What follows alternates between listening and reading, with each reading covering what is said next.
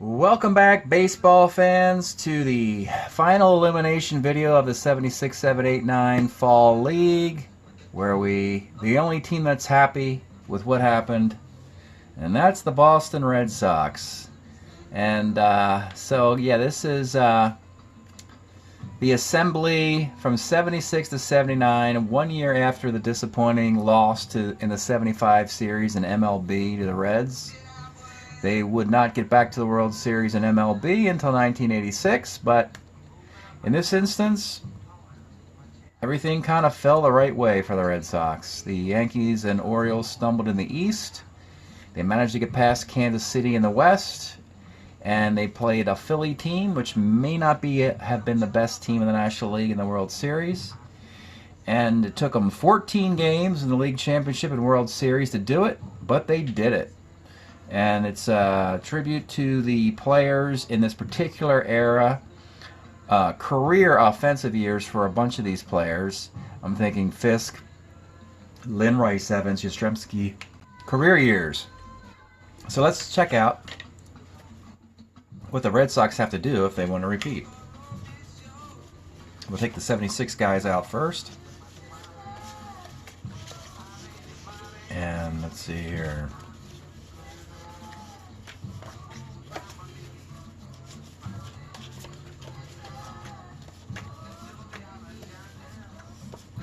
Okay. 77 wasn't a really good year anyway for them. Most of the bigger years were in 77, 8, 9, as you will see. And just like Philadelphia, they had the same split in the 12 of 9 hitters and 3 pitchers. And Bernie Carbo had a big grand slam, pinch hit grand slam in the 8th inning of Game 2. Without that, they may not have won the World Series. He becomes a DH left field candidate. Where's the catcher? There he is. Fisk was my Strat-O-Matic MVP of the American League with a performance, 315 performance with 14 home runs. So I gave him the American League MVP with his 77 card, which wouldn't have been a bad MVP candidate card anyway. Maybe I'll look and see how many MVP votes he got in 77. Yaz, even though he's a Gold Glove left fielder, had to play first base because they had an abundance of outfielders. He's coming back. Denny Doyle's coming back, even though he hit 240. Hobson can still play third base. Well, not very well defensively, but he can hit. And then in the outfield, the whole outfield's coming back. Jim Rice, his big 77. Fred Lynn, the big 79, and then Dwight Evans was injured, I think, in 77, but against righties, he's pretty devastating here. So, and then this, let us not forget about John Tamargo. Mr. Tamargo hit the 2-run single off Steve Carlton to give the Red Sox the lead in the bottom of the 8th inning of Game 7. It was a 1-9, single ... a 2-run single. Now imagine if he rolled like a 3-8, and that would have been a double play ball. Boy, that would have been one of the biggest goat horn things, you know. So put John Tamargo, free beer in Boston the rest of his life. And again, one of those players you've never heard of who does something amazing in baseball, like the Francisco Cabrera Award, I guess. So they might have to bring him back for good luck. The curse of the Tamargo, you don't want to suffer that. And pitching, Bill Lee was masterful. He had an ERA right around 2. Actually, he was really good in 79 with the ERA of 3. Stanley, beast in the bullpen, 2.60 ERA. And it was this guy. So his Strat-O-Matic stats for my season showed him with 1 win, an ERA of 1.04 in 17 innings. And that 1 win was Game 7 of the World Series. He was the guy who came in and relieved Louis Teont in the top of the 8th inning and didn't allow any more damage. And then the Red Sox rallied in the bottom of the 8th, so he became the pitcher of record when Teont got the no decision. So when a team wins a World Series, you have to be careful of there's a lot of luck involved, and you got to make sure that you know you understand that the sometimes those lucky players need to be cut. And oh, here's one. So this guy got a World Series ring. Rick Jones. A 338 ERA in 76, but my goodness, that certainly doesn't look like it, does it? Doug Bird got a World Series ring. He was with Kansas City. It's actually pretty good, 336 ERA. Bonson with Oakland, 334 ERA. Here he is, Louis Teont, anchored the Red Sox staff, got the ring. Question is, do they keep him moving forward? Joe Kerrigan was placed on the team because he was Boston's pitching coach at some point in the future, even though he played for the Expos. I don't even know if he played for Boston. I think he played for the Orioles. Rick Miller, I feel bad for Rick Miller because he never got to play in that crowded outfield. Where are you going to play him? You have Freddie Lynn, Dwight Evans, Yastrzemski, Rice, Carbo. There's just no room for this guy. And this guy turned out to be pretty valuable. Doug Flynn. Remember, Boston was not good against left-handed pitching, but this guy hits well over 300 against lefties, which was good.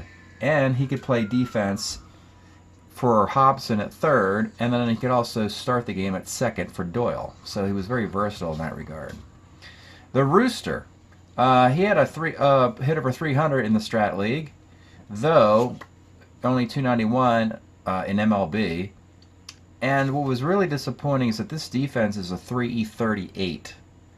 And we expect Burleson to be a better defensive player moving forward. And the average should stay pretty close to that. So that's what to expect from the Sox. Let's go look at Baseball Reference and see how they plan on defending the title. Alright, we're back here, and let's go see how they build their defense up. First thing I wanted to do real quick is look at Fisk, because I mentioned he gets the MVP. I'm wondering if, look at that, a White Sox hat. And I'm wondering how many MVP votes he would have gotten in this era. So, he had 8. He had 8 MVP votes in the 77 card, and based on this small sample, he actually wins the MVP. The 77 my National League MVP was George Foster, who we know was the 77 MVP, so that was a direct hit. And Fisk was would have been a nice candidate, and of course he executed it, so that was good. Let's move on to the 8. We'll start with Burleson. So Burleson, with the Red Sox hat on there, yeah, he's right in the middle of it. He's what, 25 years old? Yeah, he's right into, and he'll win a Gold Glove in 79, and he's 278 with that. He's got a better stick in 77, but the Gold Glove might be, if he's a 1 at short, he's coming back. He's a keeper, we know that. And the question is, do we bring him back with a Gold Glove and a 1 at short, which I like 1s at short. And we'll figure that out during the draft, I guess. Next guy is Doug Flynn. Congratulations, Doug Flynn. Former Red and Met. He got a World Series ring here. 77, he's got a card. It's a terrible one, but it means he qualifies for waivers. His career will definitely continue as a utility man for a bunch of teams, the Reds and the Mets and Rangers here. So I don't have to retire him based on bad performance. I can put him on waivers and hope somebody picks him up. So Flynn's on waivers. Next guy, Rick Miller. He's probably asking to be traded so we can play. And that probably did happen too, with Freddie Lynn being the center fielder. So Miller, I mean, he played in center for the Red Sox in the early 70s, you know, back in 73. And then, but Freddie was a rookie in 75, Freddie Lynn that is, and Rick Miller had $1.94 in 75. So the end was near. He's an Angel by 78. And so he's got 1 more Boston year, and he's got 1, 2, 3 California years. Sounds to me like he should be put on waivers, because I expect that the Red Sox will have 4 keepers from this. Maybe they don't. The next guy is Rick Jones.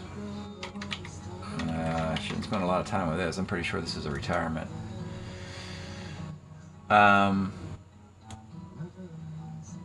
Yeah, it was, yeah, not very good. Didn't play much baseball for him anyway, and he gets retired. Doug Bird. This is a guy they should probably keep. A guy that they stole from the Royals organization. And if the Royals are going to be their competition moving forward from the American League West, or the Midwest in this case, you see Bird actually play for the Royals through 78. And then he started to travel after that, 79, 80, 81. He starts moving around baseball after that. So, unfortunately, the Royals lost out on this 12 and 10, 337 card with a .112 whip, is what we just had. So moving forward, he has 118 innings with a .25 whip. Then it goes back down. Then at 80, he's a good reliever. He's a good long man for the Yankees in 80. Helping them get to the American League Championship Series, only to lose it to Kansas City under Dick Howser. That Yankee team won 103 games. And he was a relief 4 in that bullpen. Very good pitcher. Even though that whip's a little higher than I thought. But definitely qualifies for waivers. You could keep this guy. He doesn't really have an attachment to the Red Sox. Let's put him on waivers for now. And maybe the Red Sox are going to move some, look for some keepers elsewhere in baseball. All right, next up, Stan Bonson. I don't think he's got a Boston attachment either. The fact that he was a Yankee, though, is pretty cool for the Red Sox to have one of those guys. So 77 he's very bad. He qualifies for waivers. But in 78, 79, and 80, he's actually a good reliever. So he moves into the bullpen at that point. It wouldn't be a bad guy to keep. I mean, we have all these waiver guys already. Between Flynn, Miller, Bird, I think Bonson's the best of these guys. So I'm going to make him a keeper. I'm going to put him a keeper now, since I already have 3 waiver guys. And again, I could bump one of these waiver guys into the retirement bin if I needed to. So I think Bonson's got more value than Bird, so we're going to make him a keeper. Next up is Louis Teont. Louis should have maybe one more good year with the Red Sox. Then he has some bad years. Then he has a good year with the Pittsburgh Pirates, I think, in 81. He's getting up there in years, but he's still... Yes, he's 78, so 77's bad, but 78's good. With a 114 whip, better than the whip he just had. So, yeah, that's the year. 78, 13 and 8, 331. Louis Teont, El Teonte. He'll come back, and that means 2 more years with the Red Sox. So that's good news. They'll sign him to a 2-year deal, that 78 contract. And then probably let him go after that. And then lastly, Joe Kerrigan. 76 to 80, Joe Kerrigan. Yeah, he has no connection to the Red Sox at this point. His 76 card was good. In 77, he's got a good 77 card, I believe. 89 innings. That should be available. Let's go back to the Super D's site, superds.tripod.com/SOM rosters, and he would be for Montreal. Oh, there he is. Whew. Overreacted. He's there. Sorry, alphabetically, I didn't see him. Atkinson, Bonson, Brown, Kerrigan, McEnany. Okay, good. So, you know what? Boston's going to bring Kerrigan back. Smart move. They can use all the pitching they can get. So Kerrigan will come back. Bonson comes back. Louis Teont and Burleson. And they have 3 keepers, 3 waiver guys. They can push one into retirement or trade one of them. I feel pretty strongly about Burleson and Teont They could end up ultimately trading Bonson or Kerrigan, but somebody will want to keep those guys. They're pretty good. So they're currently sitting at 4, 3, and 2. They're going to have to make at least one move before the draft starts and begin their defense of their World Series crown.